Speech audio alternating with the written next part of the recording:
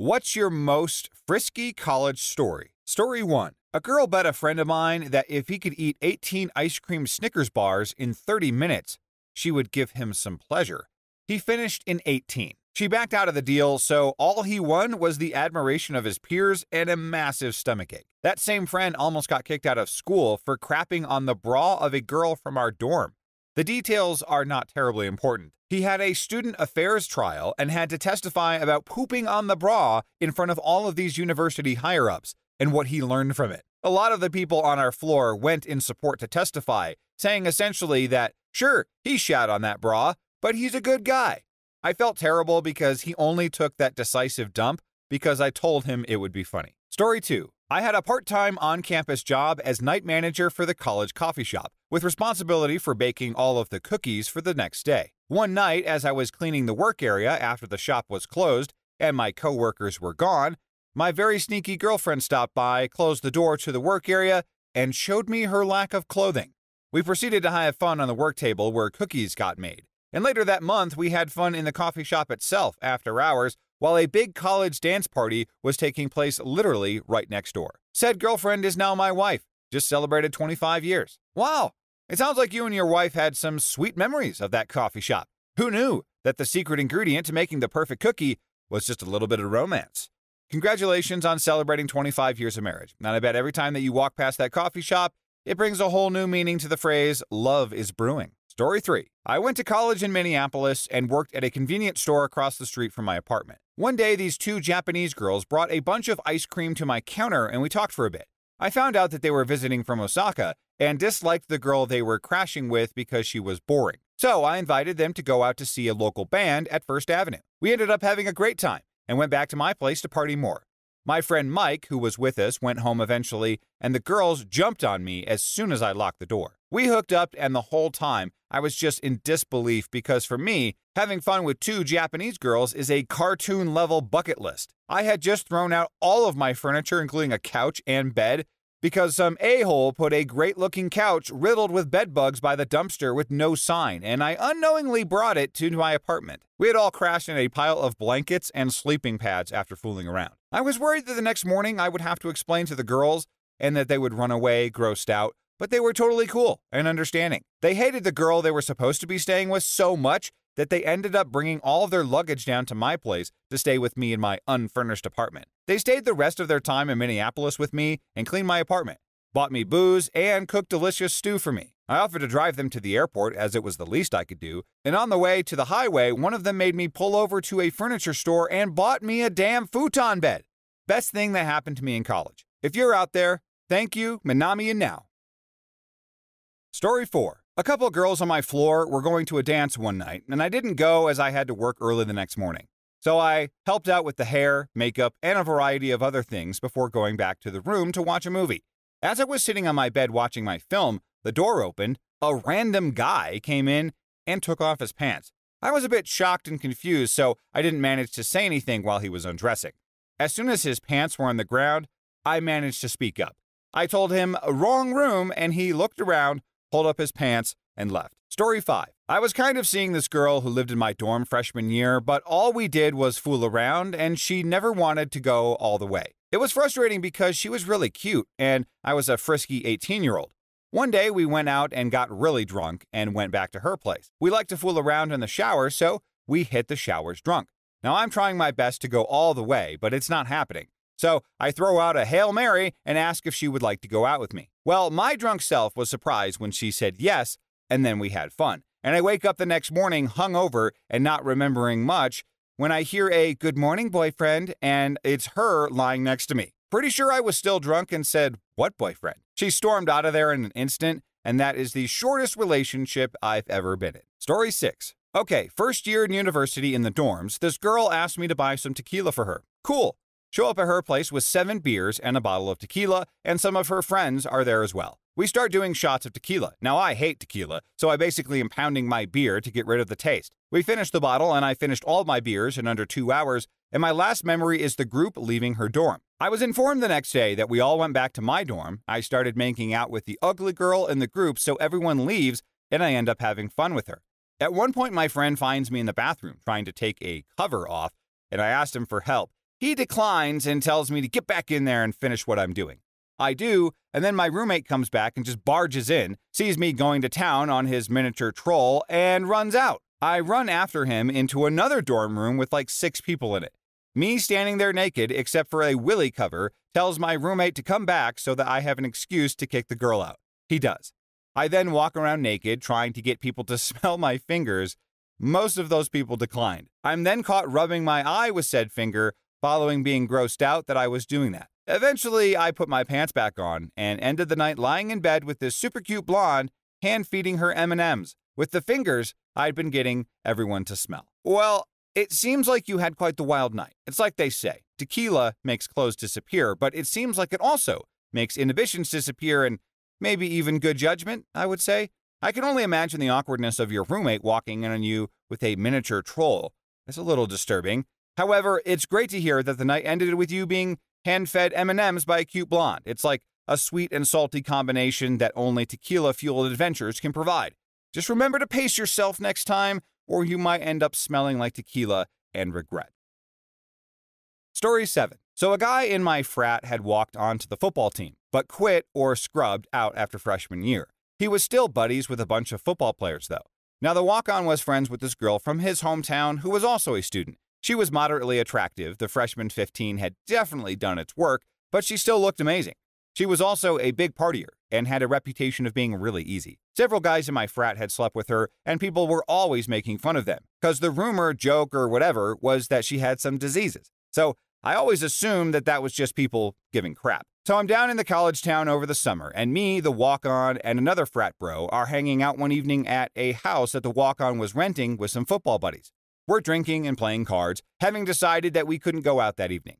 The girl and 3 football players show up. Now, I knew the girl from her hanging around our frat parties and kind of knew that the football players threw the walk-on. They were all linemen, like 300-plus pound dudes. They had been at a bar nearby and had come over to do some booger sugar. We continued drinking.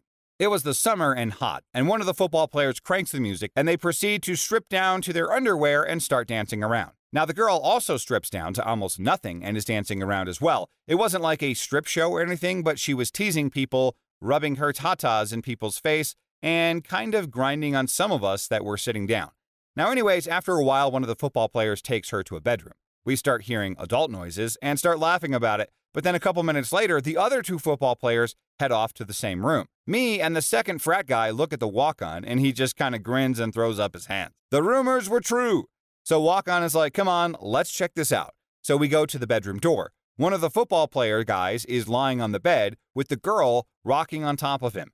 A second one is getting tugged off by her, and the third one is kind of standing in the corner trying to have his way, but looking like he's not having much success.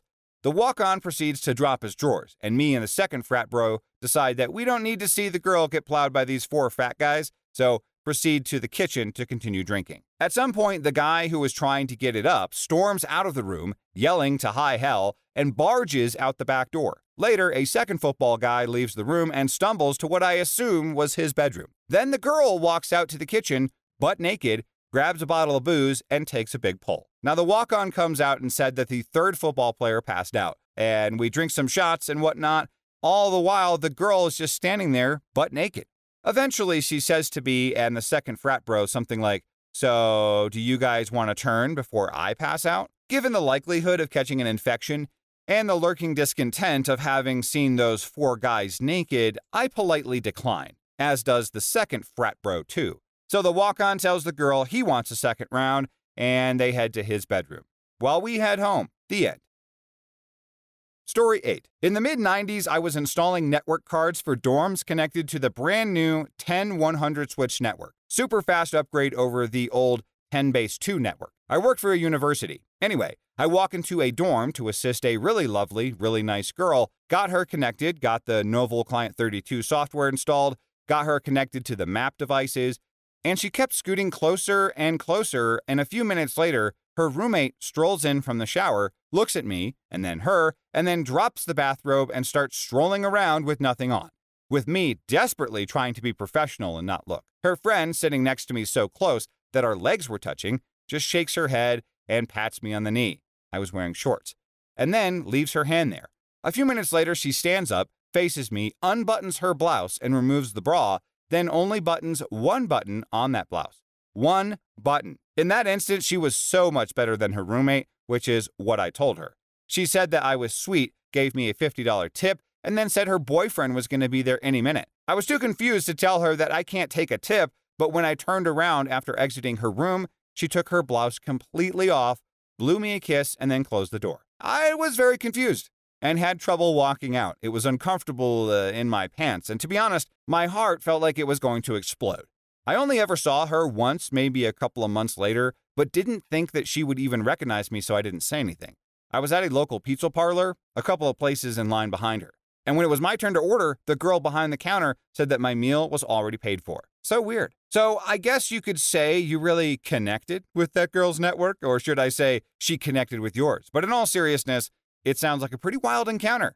So pretty well done, actually. And hey, getting a tip and a free meal out of it, and a nice show, not bad for a day's work as a network installer. Story 9. All right, buckle up. This goes from 0 to 100 really quick. Freshman year, my buddies and I were hanging out all in one of our dorm rooms, a big room, probably like 6 of us with a little room to spare. We got drunk a bit earlier and decided to set up 3 Xbox 360s and TVs in the room and dominate some team deathmatch on Call of Duty. It was pretty fun, not gonna lie, and we just ran house. Anyways, about an hour later, we get a knock on the door from our RA. Nothing unusual, they did a round on Fridays and Saturdays in the freshman dorms. Then we get a knock again, like 5 minutes later, also not unusual because sometimes the RAs would try and be sneaky by closely staggering the rounds. Only it wasn't an RA. It was about 12 people here for a party, mostly chicks. Like, good-looking chicks. Lights out, music blasting, and drinks poured, all before the door closed behind them. My friends and I kind of looked at each other, trying to figure out if anyone had invited other people over, and I still don't know to this day. But screw it. They were all familiar faces on campus to me, so we put the controllers away and joined in. Not long after, I go out for a smoke with a gorgeous-looking girl, and we come back to some people doing body shots off of 3 girls. My new smoking buddy starts giggling, and I had never seen it before. 2 of the drinkers were my friends, so I cheer them on because I think you cheer people who do that. I don't know. Other people were probably cheering. I don't know. Who cares? I'm far gone at this point, so I have a seat in my favorite chair in the corner, down a shot of something, crack a beer, and just kind of settle in. Next thing I know, I'm getting a lap dance from my cute smoking buddy. My face showed I was loving it. And then off goes her top. Crap. Well, all right, I guess everyone is going to be watching me pitch a tent because this girl was packing. But then a few other girls take their tops off too. I'm spaced out watching around the room, and I'm sure most of the guys are as well. Clothes start flying off here, there, everywhere. I'm zoned out trying to watch all these beautiful random girls just frolicking around naked in my friend's room. I snap back to reality when I hear moaning close to my ear. One of the random girls is getting plowed by one of the random guys up against a wall. Then another. Then another. In my drunken stupor, I look around and witness an orgy unfold in my friend's room. People on the bed, people on the floor, people on the walls, friends and randoms alike. They would have been screwing on the ceiling if they could. And then I realize I'm the only person with clothes on. Okay, so do I join in? No. You see, getting drunk is all on a spectrum, and unfortunately for me, I was well beyond the point of whiskey dick drunk, teetering on brownout. I get up to leave, and then the cute smoking buddy I was with earlier, now naked and sweaty, sits me back down and tries giving me some fun. Sorry, honey, we got a man down tonight. So instead, she curls up in my lap and makes out with me. Probably the best thing anyone has ever done for me in my life. Story 10. This one happened to my best friend, and it makes me laugh every time he tells the story. So he was at a party, you know, those wild parties with big 10-gallon jugs filled with God knows what. He finds this girl, they flirt, and they end up leaving together. They get back to his place, clothes come off, and they start bumping uglies. Now at some point, the girl, who was on top, sits up, pulls back her arm, and delivers a solid right hook. He yells, "What the hell?" She sits there and says, "What? I thought you were into that kind of thing." They proceed to finish, and he asks her to leave. He said he kept an eye on her hands the whole time. Story 11. At a bar with some friends one night. They went out to get some shots while I was watching the table. Pretty girl in a really nice club outfit and collar sitting across from me at another table was doing the same thing. We make eye contact, and she smiles. Happens a couple of times. She taps the chair next to me, inviting me to go over. And I do. Now, I never get flirted with, so I'm super excited at this point. I sit down, the music is super loud, can't hear a thing that she's saying. but I try to pass it off like I can and make small talk. Next thing I know, when I turn my head to talk to her, she's jamming her tongue in my mouth. Yes. When there's a lull in the music, she whispers to me, "Do you want to get out of here?" Yeah. We leave notes for our friends on the tables, this is like the mid-90s, and hop in a cab, and she shows the driver her student ID so he knows where to go. Now we're making out the whole time and just about to get down to it in the cab when he pulls up to the dorm. Get inside, no words spoken. We get to her room and on her bed and just start going all out. I'm going down on her and she starts breathing super heavy, like she sounded like she was hyperventilating. It was bad. I took my head up to ask if she was okay, but she just pushed my head back down. Fair enough. It just got worse. She started sounding like an idling chainsaw, and it was freaking me out a bit. And then she pulls me up and whispers in my ear, asking me if I have a rubber. Unfortunately, I didn't, and neither does she. Damn it. So, there was no hot dogging to Tuna Town that night, so I just kept going to town until she got off, sounding like a motorboat, and then we both passed out. Now, the next morning we wake up, she's getting dressed and nudges me, and I hear her whisper, "You have to go. My roommates will be here soon." I open my eyes and I'm like, what? She's standing there still looking pretty, but the sun was now shining in the window and that collar she had on? No, not a collar. It was a trach. Shame it didn't work out better. She seemed pretty awesome. Yeah, that's quite the unexpected turn of events. It sounded like you were really caught off guard with the whole trach situation. I mean, I think anyone would be. But hey, at least you got to have some fun beforehand. And who knows? Maybe you'll cross paths with her someday and things will work out differently. In any case, it's a good story to tell at parties.